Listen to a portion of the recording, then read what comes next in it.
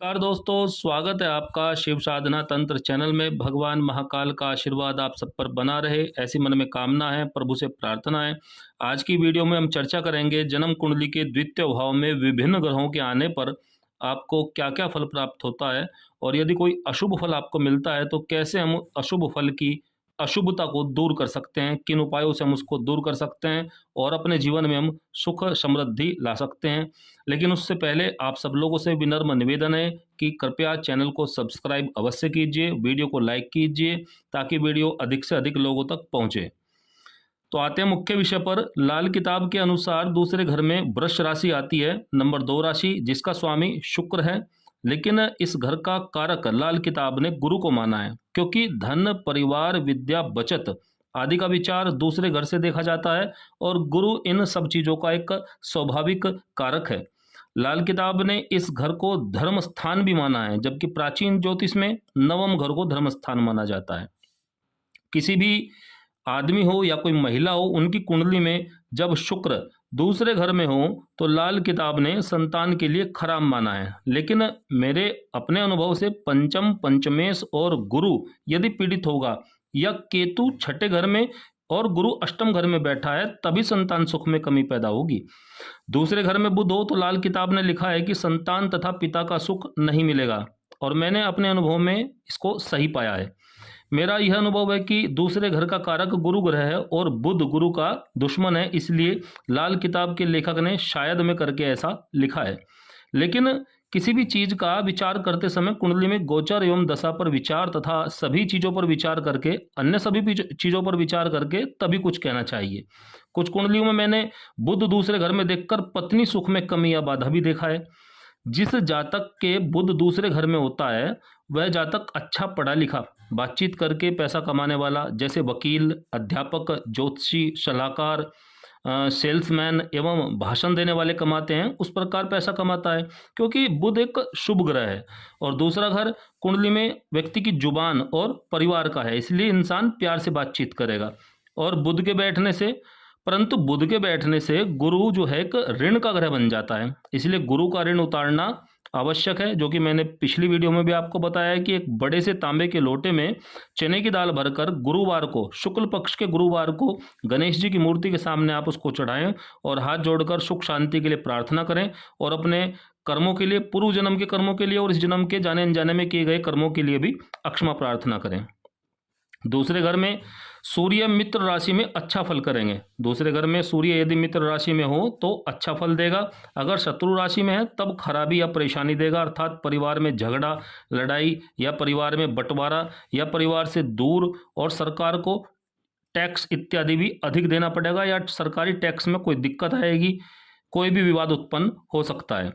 सूर्य एक गर्म तथा क्रूर ग्रह है, इसलिए कुछ न कुछ परेशानी पैदा करेगा अगर शत्रु राशि में होगा या शत्रुओं द्वारा दृष्ट होगा। दूसरा घर शुक्र की राशि होने से शुक्र ऋण का ग्रह बन जाता है अगर वहां सूर्य बैठता है, इसलिए पति पत्नी के सुख में कमी रहेगी। इसके लिए शुक्रवार के दिन, शुक्ल पक्ष के शुक्रवार वाले दिन वही पुराना उपाय 100 रोटी बनाकर एक एक गायों को देनी है। प्रत्येक गाय को एक एक रोटी खिलानी है और हर वर्ष ऐसा उपाय आपको करना है।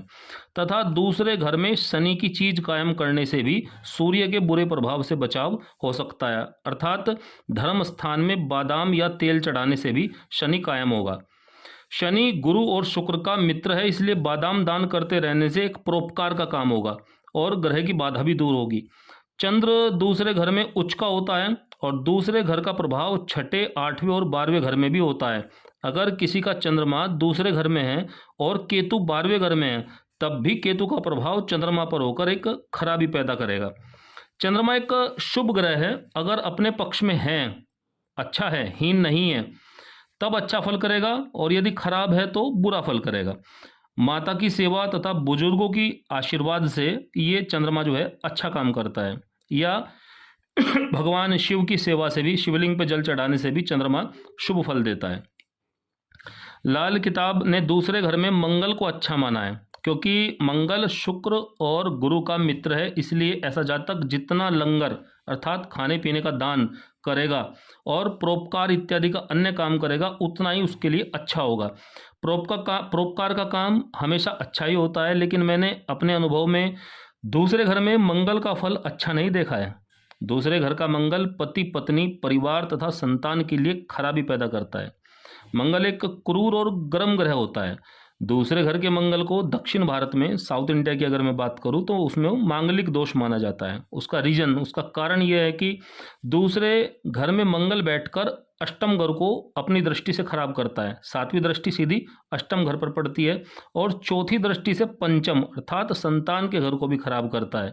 और दूसरे घर में बैठने से परिवार में मतभेद या परेशानी पैदा करता है। और अगर वह यदि मित्र राशि में हो, शव राशि पर दृष्टि देता हो तो उतना खराब नहीं करेगा। वक्री इत्यादि ना हो तो उतना खराब नहीं करेगा। लेकिन अगर शत्रु राशि पर देखता है या वक्री हो तब परेशानी अधिक उत्पन्न करता है। सप्तम स्थान पति पत्नी का होता है और अगर हम सप्तम स्थान को लग्न मानकर विचार करें तो उस स्थान से मंगल, ये दूसरे घर का मंगल, अष्टम में आ जाता है और अष्टम का मंगल बहुत ही खराब है। मंगल को अच्छा रखने के लिए जितना खाने पीने का लंगर दान करेगा उतना ही खराबी में कमी होगी। तथा पति पत्नी को शहद की जो 2-3 बूंद है, एक नींबू निचोड़कर, नींबू और शहद मिलाकर, थोड़ा जल के अंदर नींबू और शहद मिलाकर रोज पिया करें तो उनमें आपस में संबंध अच्छे रहेंगे और मंगल के बुरे प्रभाव से बचाव होगा। दूसरे घर में गुरु अच्छा फल करता है क्योंकि गुरु एक शुभ ग्रह है और दूसरे घर में बैठकर छठे, आठवें और 10वें घर को देखेगा। 10वां घर कामकाज से, रोजगार से संबंध रखता है, इसलिए कामकाज अच्छा चलेगा, बीमारी को कम करेगा। 8वां घर गरीबी का है, इसलिए गरीबी को दूर करेगा।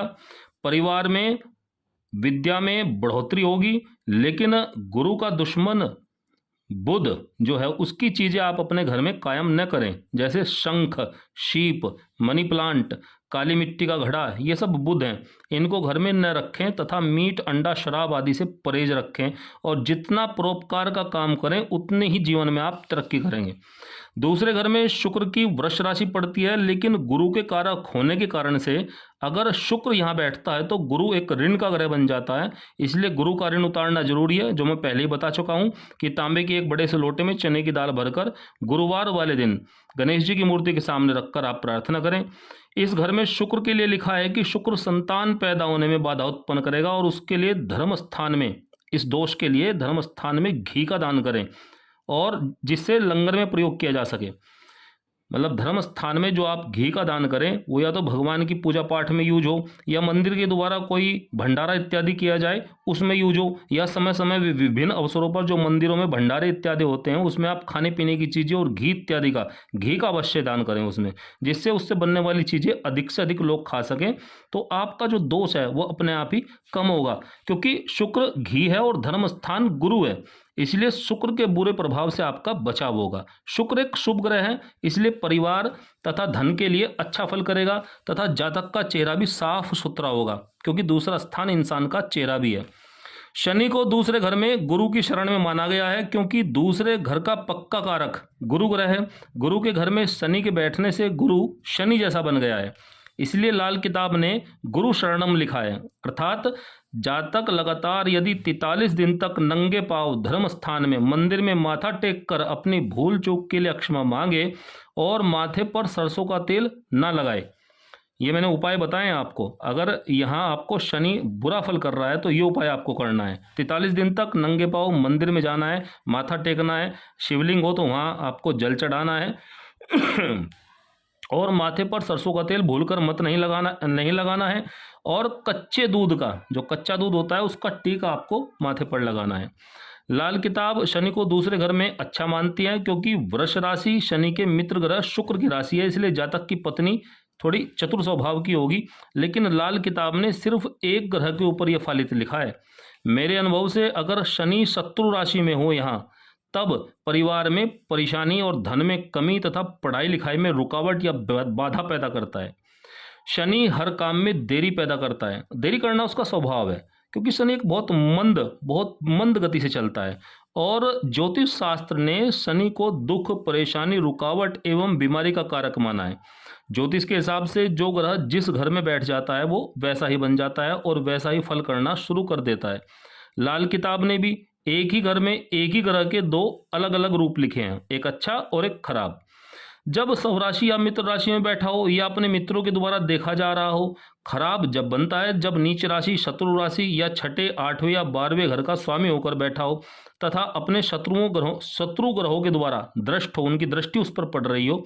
दूसरा घर धन का है और 11वां स्थान लाभ का है। शनि दशम दृष्टि द्वारा 11वें घर को देखता है जो उसकी कुंभ राशि पर पड़ती है। लाभ स्थान पर अधिक ग्रहों की दृष्टि अधिक लाभ की तरफ इशारा करती है, दर्शाती है।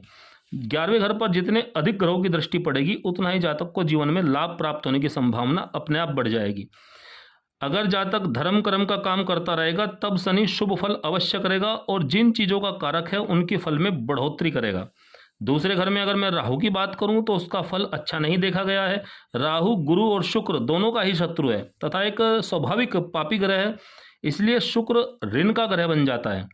शुक्र का ऋण उतारे और गुरु का ऋण भी उतारे।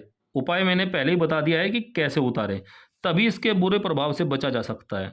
जब लड़की और लड़के की कुंडली मिलाई जाती है उस समय राहु केतु पर भी अवश्य ध्यान देना चाहिए। विवाह के समय अगर किसी की कुंडली में दूसरे घर में राहु बैठा है तब, क्योंकि द्वितीय घर जो है परिवार का है और वहाँ राहु बैठा है तो परिवार के सुख में बाधा पैदा करेगा। जातक की जो जुबान है उसको कड़वा बनाएगा, परिवार में बीमारी, परेशानी या लड़ाई झगड़ा देगा, धन को नहीं रुकने देगा। और जातक शराब, बीड़ी, सिगरेट या तंबाकू खा सकता है क्योंकि दूसरा घर मुख भी है और राहु एक जहर है, जहर का रूप है, इसलिए ऐसा जातक नशीली चीजें खा सकता है। एक और अनुभव मैंने अपने अनुभव में देखा है कि जब राहु केतु दूसरे घर में होते हैं तब जातक की 18 साल की उम्र के आसपास, 18 वर्ष की आयु के आसपास उसकी पढ़ाई लिखाई में रुकावट अवश्य पैदा करते हैं, क्योंकि जब राहु केतु लगभग 17 से 18 साल के बीच में दोबारा चक्र लगाते हुए दूसरे घर में आते हैं तो विद्या में रुकावट पैदा करते हैं। क्योंकि दूसरे घर में राहु केतु के होने से विदेश जाने का योग भी बनता है, क्योंकि पापी ग्रह परिवार से दूर भेजते हैं। लेकिन आजकल के आधुनिक समय की अगर मैं बात करूं तो ये थोड़ा सा कहीं ना कहीं शुभ भी हो जाता है, क्योंकि अपने रोजगार से संबंधित या तरक्की करने के लिए कई बार घर से दूर जाना भी जरूरी है। तो राहु को शांत रखने के लिए एक गोली चांदी की एक गोली बनाकर उसे अपने ऊपर वाली जो शर्ट की जेब होती है उसकी जेब में रख लें, या एक चांदी की गोली को बनाकर चांदी की जंजीर में जड़वाकर उसको धारण करके अपने गले में धारण करें। क्योंकि गोल बुध है, जो गोल एक शेप होती है, आकार होता है, वो बुध का प्रतीक होता है और चांदी चंद्रमा है, तो चंद्रमा से राहु शांत होता है और जातक कड़वा बोलने से फिर बचता है, अपने आप ही ऑटोमेटिक कड़वा बोलने से उसका बचाव होगा। केतु दूसरे घर में, उसका फल भी जो है राहु जैसा ही होता है, लेकिन केतु शुक्र का ऋण बनाता है, गुरु का नहीं, क्योंकि गुरु का वह मित्र है। इसके उपाय के लिए लिखा है कि जातक अपने गले में चांदी की जंजीर धारण करें, क्योंकि राहु अष्टम में होगा, तथा अपने माथे पर, क्योंकि जब केतु दूसरे में होगा तो राहु अष्टम में होगा, तो अपने माथे पर जातक हल्दी या केसर का तिलक लगाए, केतु के मित्र गुरु का तिलक लगाए और अपना चाल चलन, व्यवहार, जो आचरण है वो अच्छा रखे, तभी केतु का बुरा प्रभाव नहीं होगा, वरना जातक बहुत बड़ी बदनामी के कांड में भी फंस सकता है। तो यह पूरा विश्लेषण मैंने आपको दिया है। दूसरे घर में लाल किताब और प्राचीन ज्योतिष दोनों को आपस में मिलाकर आपको ये फलादेश बताया है, कुछ उपाय भी आपको बताए हैं। आने वाले वीडियो में हम चर्चा करेंगे तृतीय और चतुर्थ घर में ग्रह कैसे फल देंगे और उनके क्या उपाय हम करके अपने जीवन को सुखी और समृद्ध बना सकते हैं। तब तक के लिए नमस्कार दोस्तों, हर हर महादेव।